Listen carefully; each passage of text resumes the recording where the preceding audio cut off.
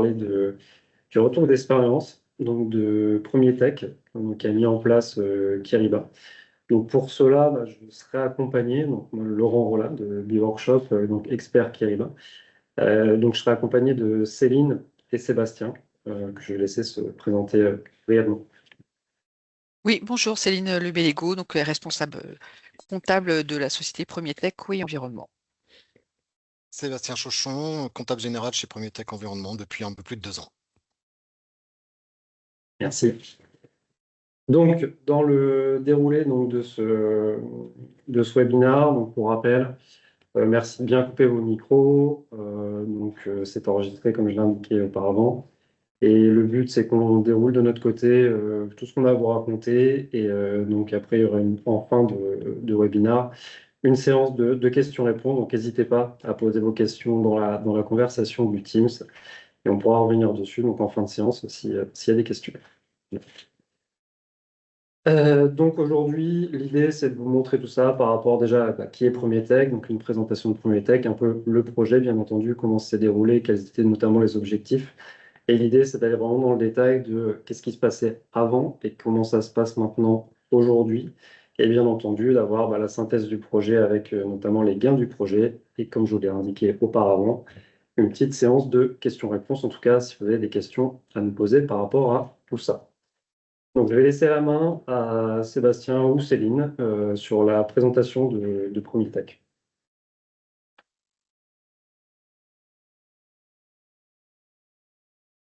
J'y vais. Ok.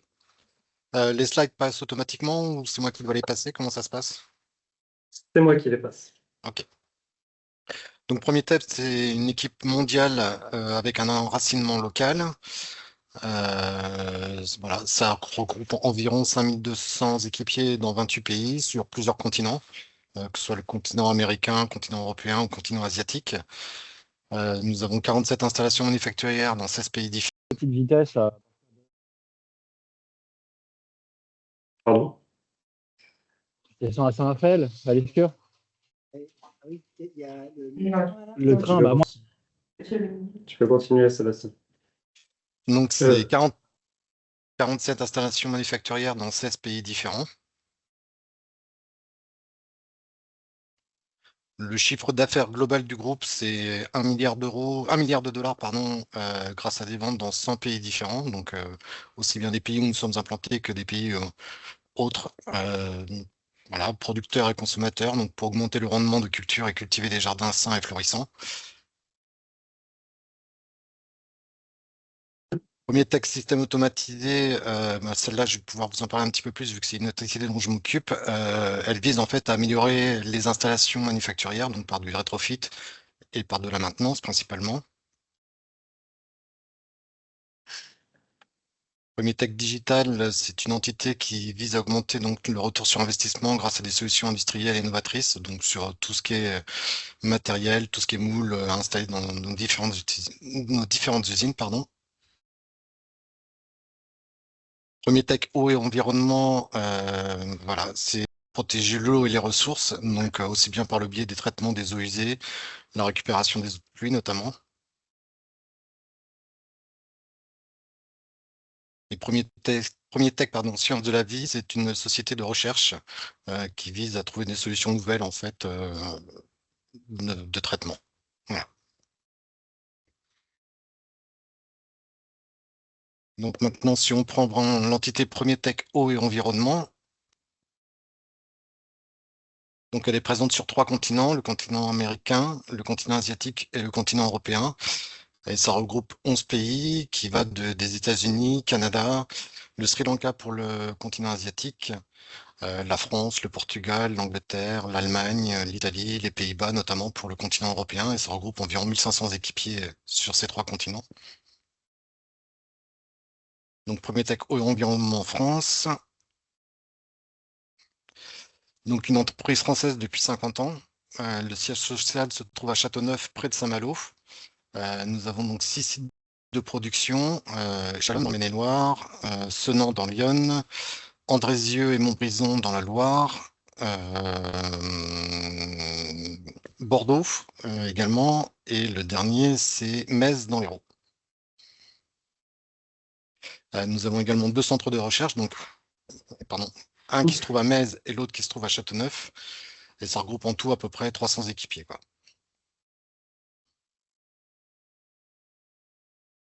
Donc, notre gamme de produits, ça va du traitement des eaux usées, la récupérateur d'eau de pluie.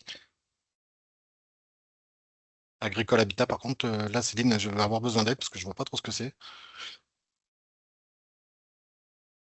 Micro. Ce sont des cuves spécifiques pour des rétentions d'eau ou des abris de veau, des choses comme ça. D'accord. Sachant que voilà, une grande part, la majorité de notre chiffre d'affaires est constitué de traitement non collectif, en fait, traitement des eaux usées. Donc là, vous avez voilà, l'ensemble de la gamme de nos produits. L'un des produits qu'on développe beaucoup actuellement, c'est l'EcoFlow béton. Nous avons 3 sites de production qui se trouvent Chalonnes, Montbrison et Bordeaux, qu'on vient juste d'ouvrir.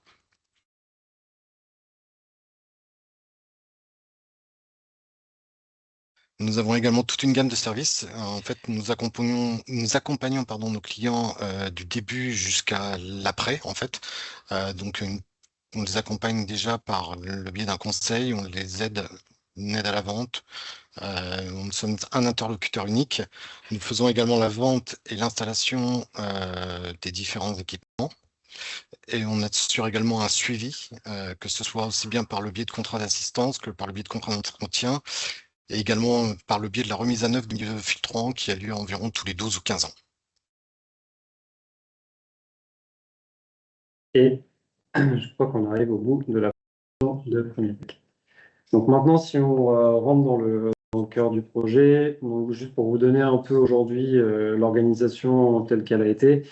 Donc il y avait donc bien entendu Premier Tech qui intervenait avec différentes équipes. Donc notamment, ce qu'il faut savoir, c'est que tous les projets côté Premier Tech sont drivés côté Canada, donc d'où justement ces comités de pilotage au Canada. Et donc nous, on avait également donc, comme interlocuteur l'équipe en France, avec donc un chef de projet France, des équipes Finance France sur la partie fonctionnelle, et donc le Canada était également représenté sur la partie IT, parce qu'effectivement, il y a eu donc, des développements notamment qui ont été faits dans le cadre de ce projet. Et donc après, de notre côté, côté du workshop, on avait une équipe un peu similaire au final, avec bien entendu le chef de projet, une équipe de consulting côté Kiriba, mais également une équipe de consulting côté JDE et notamment un développeur côté JDE, parce que justement, il y a eu tout un travail d'interface qui a été réalisé entre Kiriba et JDE. Donc le planning à titre indicatif, qui a démarré en juillet 2025 avec un go live qui a été opéré en juin 2025. Donc c'est un projet qui est entre guillemets relativement long par rapport au périmètre traité, qui peut être fait plus vite, mais finalement c'est en tout cas le planning tel qu'on l'a tenu, notamment par rapport aux différentes disponibilités et aux différents jalons en tout cas qui avaient été envisagés dans le cadre du projet. Si maintenant on regarde un peu plus en détail ce qu'il y a au niveau de ce projet, donc Kiriba aujourd'hui en fait a été implémenté avec différents modules, donc principalement des modules banque cash, donc banque pour tout ce qui est récupération de relevés, donc comme vous pouvez le voir par rapport à des connectivités bancaires, mais aussi par rapport à des intégrations de relevés manuelles qui sont faites aujourd'hui avec notamment Afone et Payplug. Et ensuite, donc, via ce module banque, on récupère les relevés bancaires et on peut également donc, récupérer côté cash les flux de trésorerie et prévisionnels si on souhaite. Ensuite, lié à ça, donc, on a un flux de comptabilisation donc, via le module cash accounting qui permet de redescendre donc, des écritures comptables directement côté, dans notre cas de figure, directement côté JD Ventes. Et donc, en parallèle de ce flux comptable, pour terminer, et qui était finalement le point de départ, en tout cas, de ce projet Kiriba pour Premier Tech, un module GR-Réconciliation, donc module dédié au rapprochement bancaire, avec un flux remontant de JDE vers Kiriba pour les remontées de ces écritures. Et un peu un flux parallèle, mais qui en tout cas était un flux mis en place dans le cadre de ce projet-là, donc un module paiement, notamment pour gérer, tout comme son nom l'indique, tous les paiements côté Premier Tech, donc avec bien entendu des interfaces entre JDE et Kyriba, mais également de la connectivité bancaire auprès des banques pour de l'envoi automatique de fichiers de paiement, mais également des accusés de réception bancaire. Et sur cette partie paiement également, possibilité dès maintenant de pouvoir envoyer donc, des fichiers de paye directement à Kyriba, encore une fois, pour garder cette sécurisation en termes de signature de paiement. Comme je l'ai rapidement indiqué, côté interface, donc les interfaces aujourd'hui, dans le cadre de ce projet, on en a eu 4.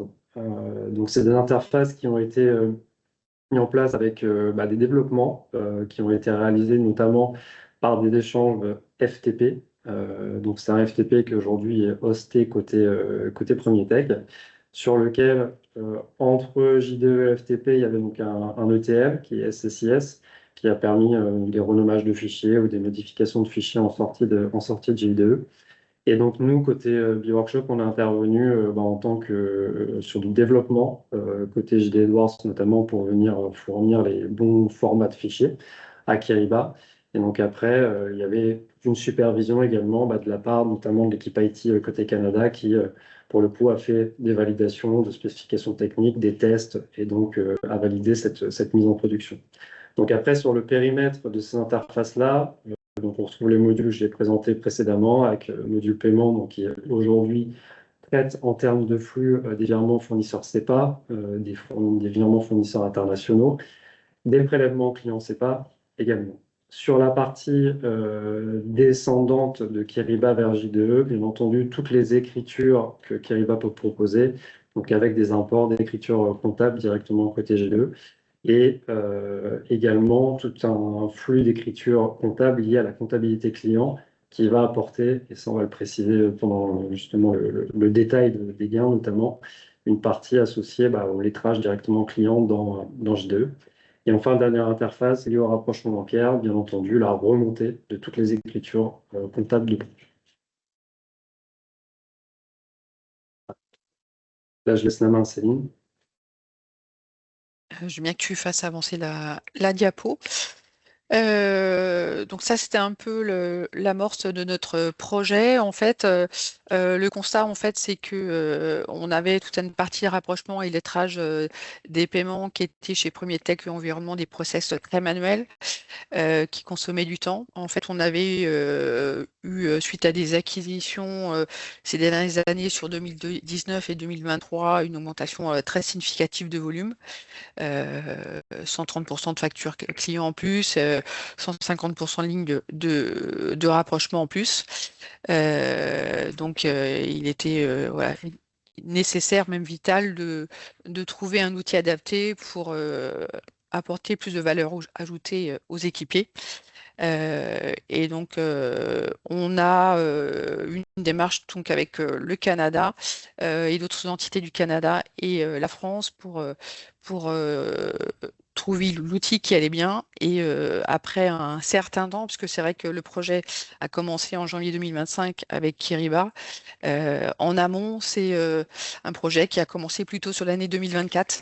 Donc, c'était assez long à se mettre en place. Donc l'objectif, c'était vraiment de simplifier, d'automatiser la partie rapprochement bancaire avec un outil et aussi de remplacer en fait notre outil de communication bancaire qu'on avait, qui était Sage Direct, dont la version n'était plus renouvelée.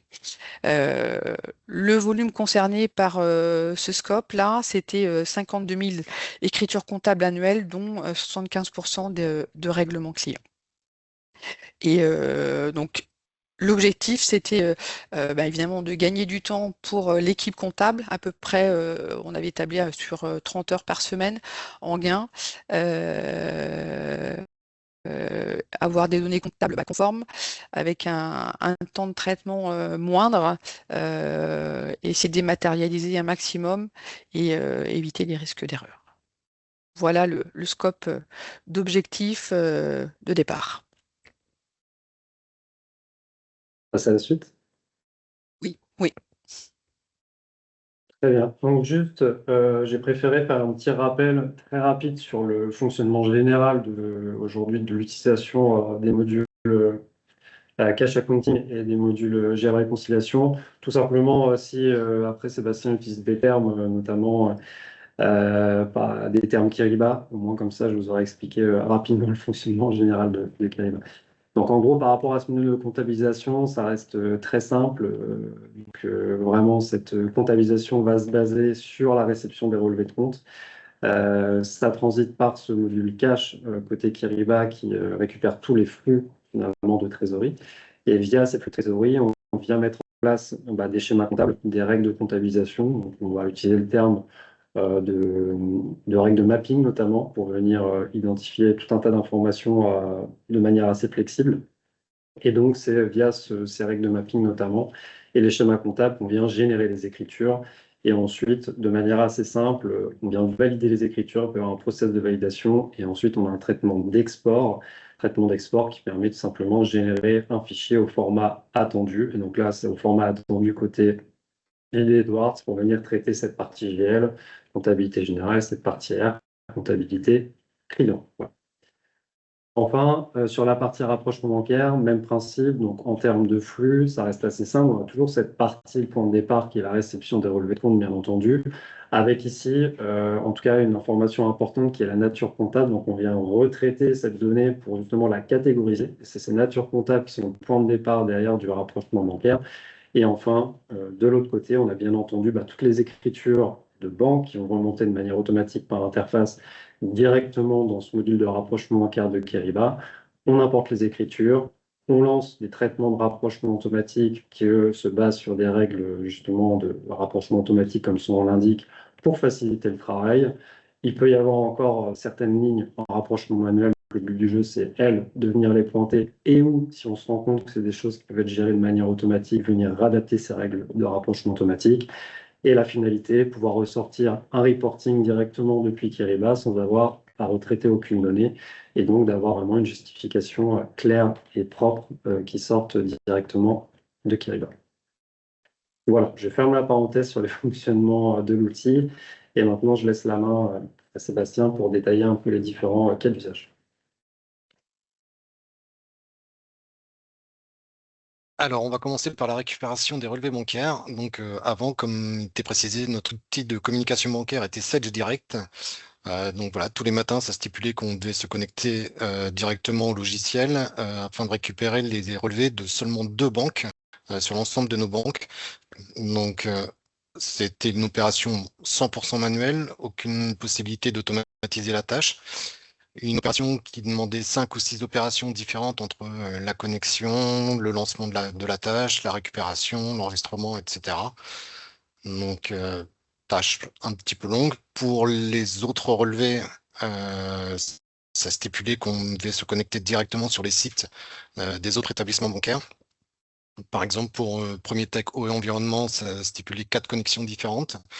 Pour Premier Tech Système Automatisé, on avait 2 connexions et pour Premier Tech Sciences de la Vie, une connexion. Donc, ça prenait énormément de temps le matin et voilà, vraiment absolument aucune possibilité d'automatiser la tâche. Alors qu'aujourd'hui, c'est totalement différent. Aujourd'hui, en fait, la récupération des relevés se fait automatiquement par une tâche qui est programmée environ tous les matins, 6 jours sur 7, pardon, vers 5 heures du matin, ce qui fait que quand les équipiers arrivent, les relevés sont déjà dans Kyriba. Le seul cas, en fait, qui peut faire qu'on n'ait pas les relevés, c'est parce qu'une opération a été rejetée par une absence de paramétrage. Généralement, c'est ce qui se passe, en fait. Donc, une opération nouvelle, si celle-ci n'est pas paramétrée dans Kyriba, va pas remonter et va bloquer l'intégration de l'intégralité du relevé. Voilà, aujourd'hui, c'est quelque chose qui nous arrive une fois, même pas une fois par mois. On a eu le cas encore il y a 15 jours, mais voilà, on n'avait pas eu le cas depuis quasiment 3 mois, quoi. Donc, on vérifie simplement que la connexion s'est bien faite et que la récupération s'est bien faite via le cockpit de connectivité. Voilà, on voit l'ensemble de nos établissements bancaires avec la communication du solde ou pas. Donc, voilà. Et en fait, pour récupérer un relevé bancaire, physiquement parlant, entre guillemets, on va dans la librairie reporting. On a paramétré en fait toutes nos banques de façon à pouvoir obtenir un relevé bancaire, que ce soit sous forme PDF, sous forme Excel. Voilà. Relevé quotidien, individualisé par établissement bancaire et par société. En fait, on a juste le clic à faire, on n'a même pas besoin de changer les dates. Voilà, tout est programmé pour que quotidiennement, on puisse avoir un relevé du jour. Et relevé qui se présente voilà, sous cette forme aussi. Alors, juste pour conclure un peu sur ce que dit Sébastien, pour résumer en tout cas sur les gains, donc voilà, retenez vraiment ce principe de connectivité bancaire, d'automatisme, et aussi par rapport à ce qu'indiquait Céline, par rapport à certains enjeux, notamment bah, de dématérialisation. Et donc voilà, aujourd'hui, tout sort de Kiriba et qu'il n'y a plus de retraitement manuel qui sont réalisés en tout cas sur tous ces exports de relais. Alors, je vais vous parler maintenant de la comptabilisation des GL. Alors, ce qu'on appelle GL chez nous, c'est tout ce qui n'est ni client ni fournisseur. Donc, ça va être tout ce qui va être frais bancaires, tout ce qui va être paiement des salaires, des charges sociales, des impôts, voilà, tout ce genre de choses. Donc, auparavant, opération 100% manuelle également. On avait juste la possibilité, en fait, soit on reprenait dans l'historique une opération similaire, et on avait la possibilité de la copier. Après, il fallait juste, bien évidemment, changer les montants et changer les dates. Pour les plus courageux, certains avaient enregistré directement des modèles de saisie qui pouvaient reprendre, mais ça restait tout de même une opération manuelle. Aujourd'hui, voilà. Donc voilà, là par exemple, la personne qui était en charge avait recopié plusieurs modèles différents, ce qui lui permettait de choisir dans sa liste. C'était pas le cas de tous les équipiers, hein. Moi personnellement, par exemple, j'avais pas de liste comme ça, donc c'était moi la recopie vraiment d'écriture existante ou vraiment une création complète, complète d'écriture. Aujourd'hui, en fait, la comptabilisation se fait après récupération des relevés via le module comptabilisation. Et voilà, on a juste à cliquer sur générer les écritures. On obtient la liste de toutes nos sociétés. Et voilà, on choisit la société, on clique et ça nous génère automatiquement toutes les écritures sous ce format-là. Alors, si les écritures font l'objet d'une règle de mapping, vous avez votre écriture qui va être complètement paramétrée, donc avec votre compte de charge. Appelle le centre de coût analytique. Si par défaut l'écriture n'a pas de règle de mapping, tout va s'imputer en 471, qui est la règle de mapping par défaut justement, qui fait que chaque écriture, dans le pire des cas, est en 471 ou a une affectation propre.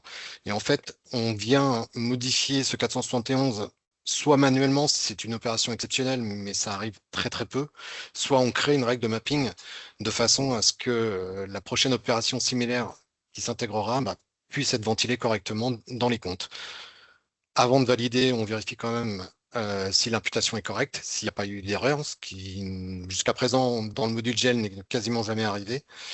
On valide et on lance l'export vers JDE. Voilà, l'interface se fait dans JDE.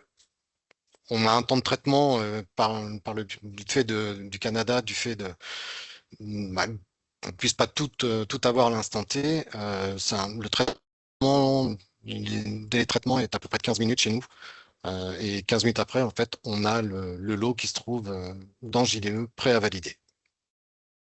Et donc sur ce délai de traitement, en fait, ce que tu indiques, c'est moi, par rapport à ce que j'expliquais, donc il y a vraiment ce flux qui bas, l'export du fichier qui a ensuite été envoyé au FTP, et c'est après sur le C'est ça. transfert FTP vers JDE, où finalement, c'est aujourd'hui sur ça que vous avez ces temps de traitement.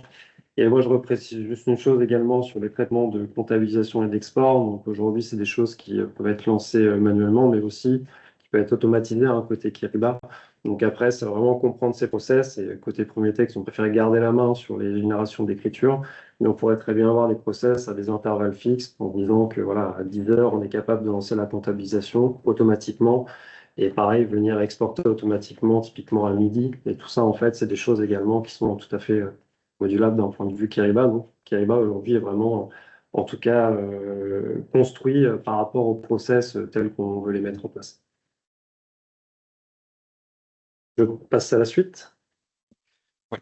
Donc la comptabilisation derrière, donc c'est tout ce qui concerne les encaissements clients. Une partie, avant tout, se faisait soit manuellement, soit était intégrée directement dans Kiriba via les plateformes de paiement.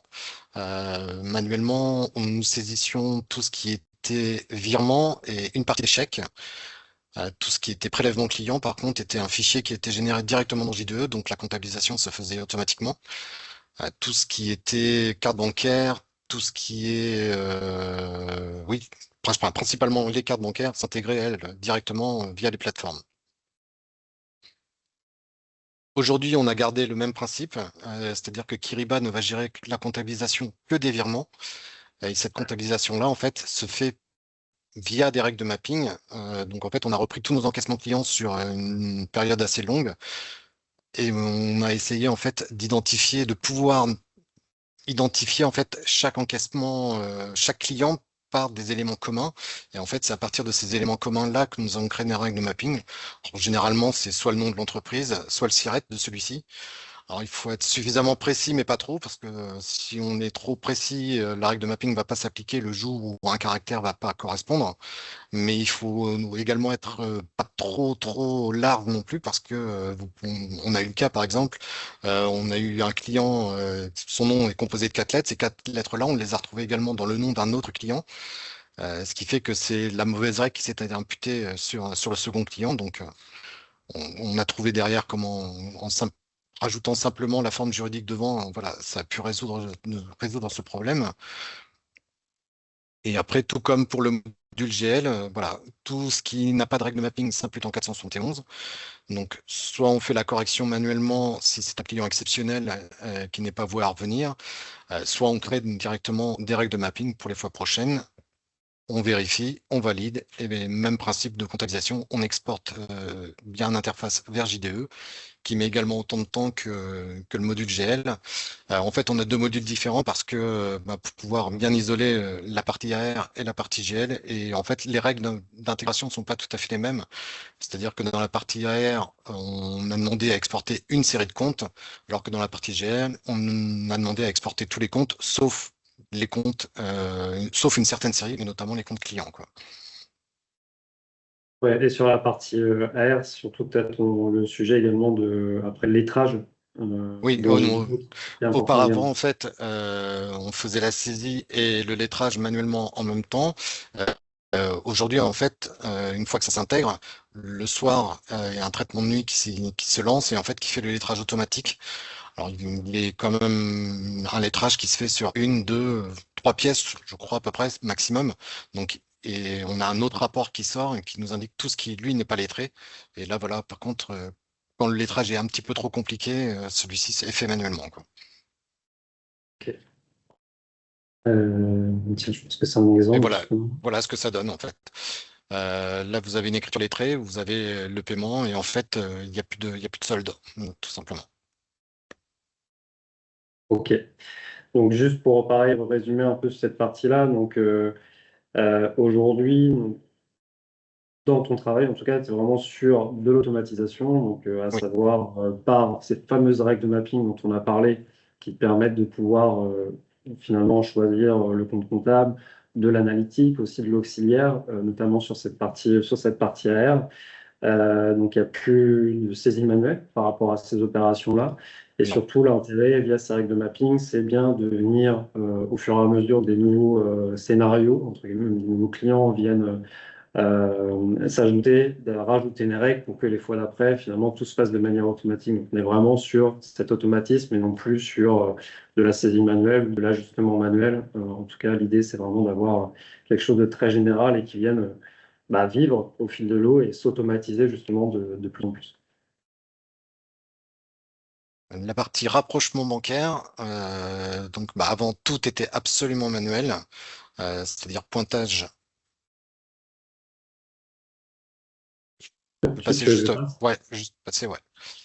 Voilà, il y a deux écrans. D'un côté, on avait JDE, de l'autre côté, on avait le relevé que l'on avait extrait sous Excel. Et en fait, voilà, c'était pointage manuel des écritures sur les deux écrans. Donc, source d'erreur, bien évidemment. Très peu de possibilités de regrouper certaines opérations. L'une des rares possibilités que nous avions, en fait, c'était pour tous nos lots de paiement fournisseurs où, en fait, le numéro de lot est identique. Donc, on avait une opération sur le relevé bancaire et X opérations dans JDE. Voilà, par le biais du numéro de batch, on pouvait regrouper toutes ces opérations-là pour faire le pointage de l'ensemble des lignes de JDE en même temps qu'on faisait le pointage de JDE, du relevé Excel. Mais c'était la seule possibilité pratiquement. Sinon, toutes les autres, il fallait absolument identifier de visu en fait les opérations et ça pouvait notamment nous poser des problèmes au niveau de tout ce qui était pointage de nos prélèvements clients. Donc, avec le temps, on a réussi en fait à isoler un élément commun qui nous servira, qui nous a servi, pardon, dans Kiriba pour pouvoir isoler et créer nos règles de rapprochement par rapport à ça. Ça, je vous l'expliquerai plus tard s'il faut. Donc voilà, ce qu'il faut retenir, c'est qu'avant, c'était opération 100% manuelle. Aujourd'hui, dans Kiriba, une fois que toutes les écritures bancaires sont remontées de JDE dans Kiriba, on a la possibilité de lancer un rapprochement automatique. Et en fait, via des règles de rapprochement, donc généralement c'est souvent date à date, montant par montant, ou comme pour les rapprochements des prélèvements clients, on a isolé un numéro en fait pour chaque opération et on lui a créé la règle de rapprochement via ce numéro qui est un champ précis dans JDE et on lui demande de rapprocher chaque fois qu'il trouve cet élément dans le relevé de bancaire, de le rapprocher avec la pièce JDE où il trouve également cet élément-là. Si tout se passe bien, voilà, rapprochement bancaire à l'issue du rapprochement automatique, on n'a plus d'écriture, et là on a 100% de rapprochement automatique. Il arrive parfois qu'il reste des écritures, donc dans ce cas-là on lance un rapprochement manuel. Alors le rapprochement manuel, il peut être lié à plusieurs raisons. La principale qu'on ait eue, c'est qu'en fait, on a fait une règle de rapprochement qui était un petit peu trop précise. L'exemple tout simple, en fait, c'est on fait un rapprochement date à date, sauf que l'écriture de JDE est à J-1 par rapport à la date bancaire. Donc, en fait, on vient simplement, dans ce cas-là, modifier notre règle de rapprochement de façon à lui intégrer la condition plus ou moins une journée. Et en fait, la fois d'après, il n'y a pas de souci, on relance le rapprochement automatique et le rapprochement se fait. L'autre possibilité, c'est que tout simplement, on a une nouvelle nature comptable qu'on n'a encore jamais eue. On n'avait pas créé la règle de rapprochement et voilà, on a créé la règle de rapprochement en fonction de ça.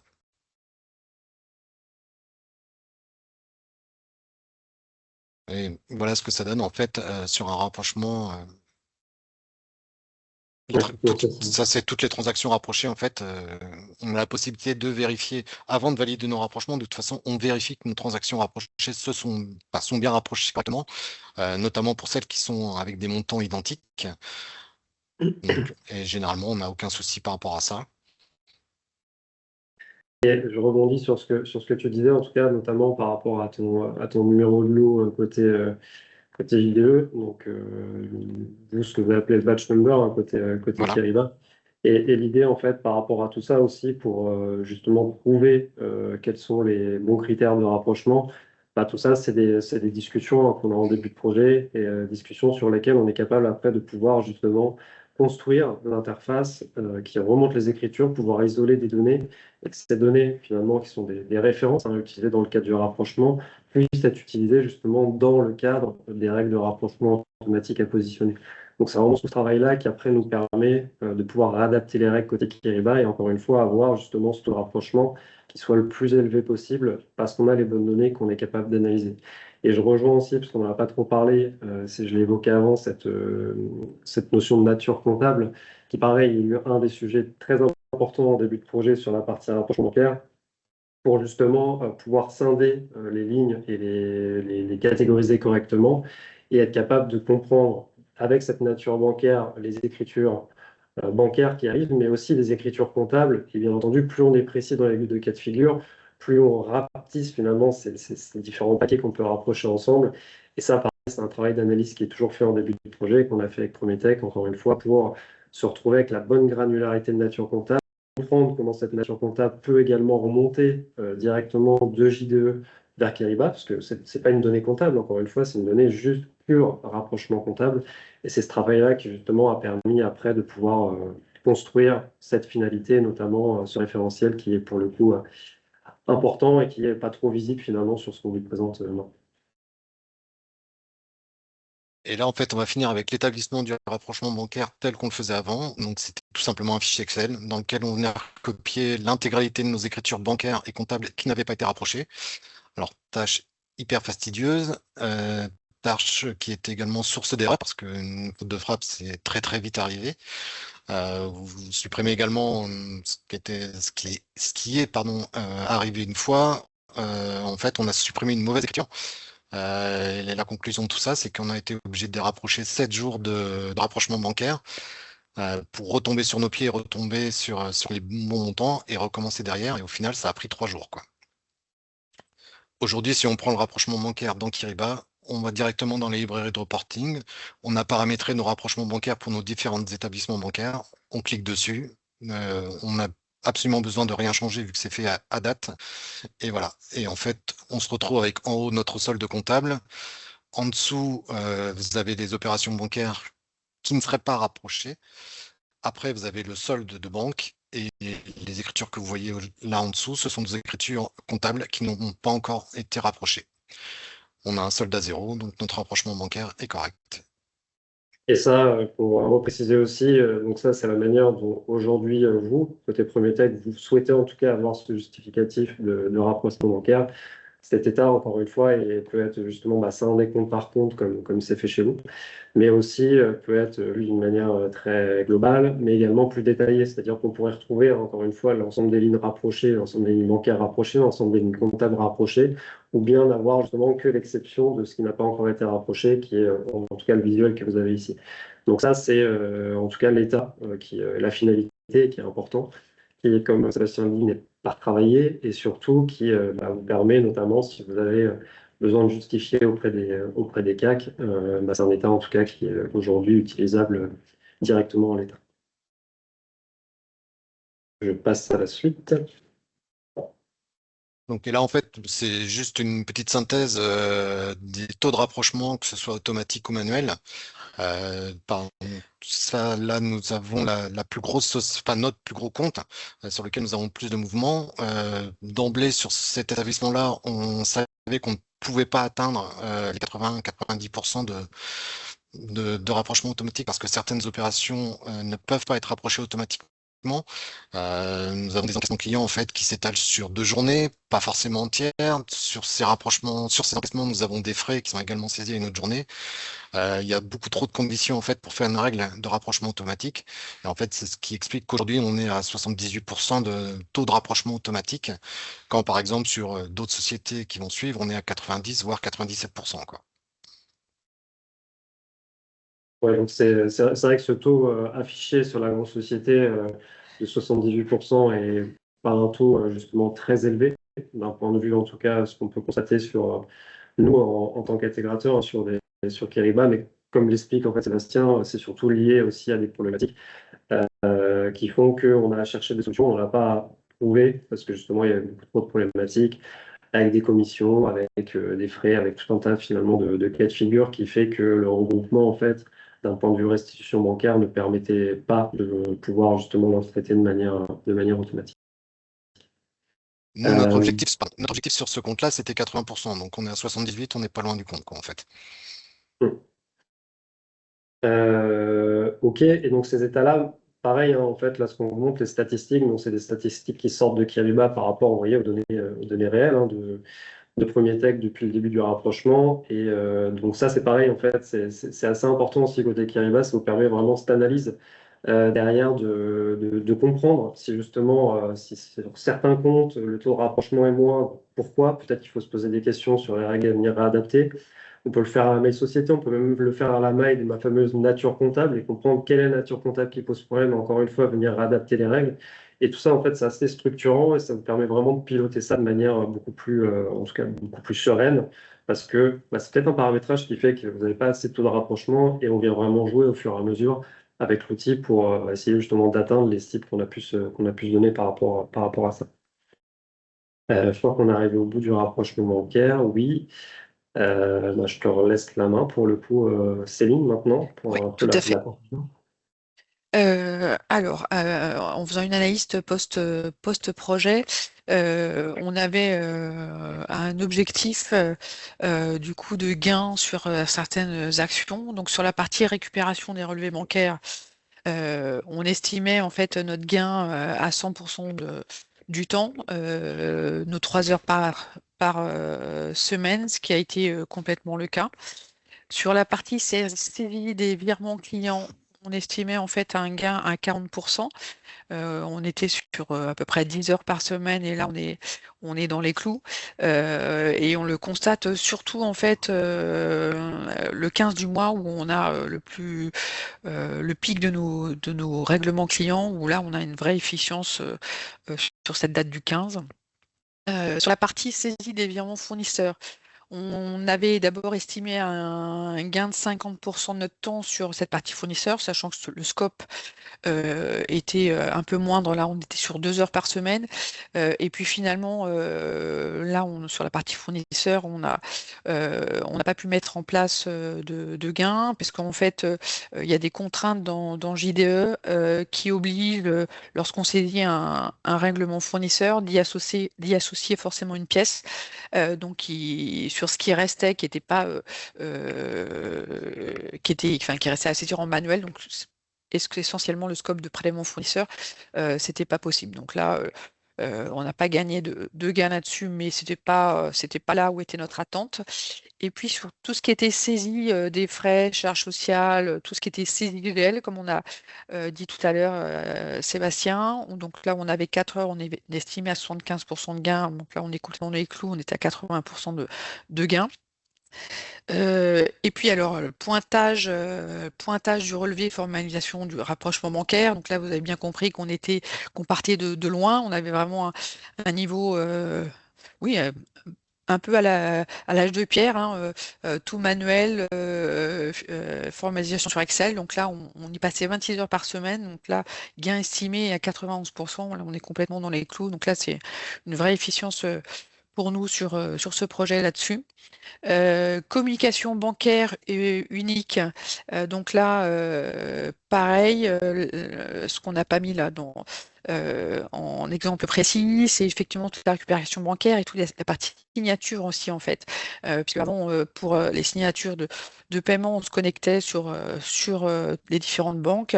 Là maintenant, en fait, on a une connexion unique avec Kiriba et avec l'usage de clé 3 et ski. Voilà, les signataires utilisent seulement ce système. Donc là, on a un gain de temps dessus de 3 heures et on est dans les clous. Et puis toute la partie trésorerie, finalement, elle n'a pas été mise dans le scope. Donc c'est pour ça qu'on n'a pas de gain post-mortem. Donc en finalité, on estimait en fait, on avait projeté un temps à 79%, 41 heures, et bah, on est quasi dans les clous, sachant que les deux points sur lesquels on n'était pas dedans ont été hors scope du projet.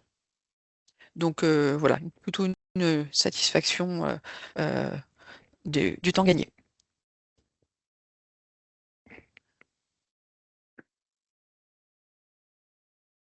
Le Oui. signe. Oui.